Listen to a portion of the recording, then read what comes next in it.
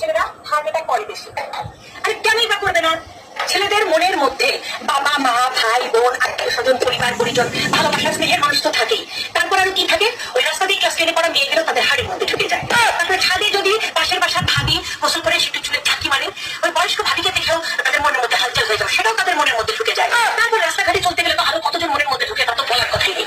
এতজন যখন মনের মধ্যে থাকে ঢুকে থাকে, ঠিক আছে, ট্রাফিক জ্যাম লেগে যায়, তখন গিয়ে করে যাকে নিয়ে এসে সে যখন এসে হাড়ের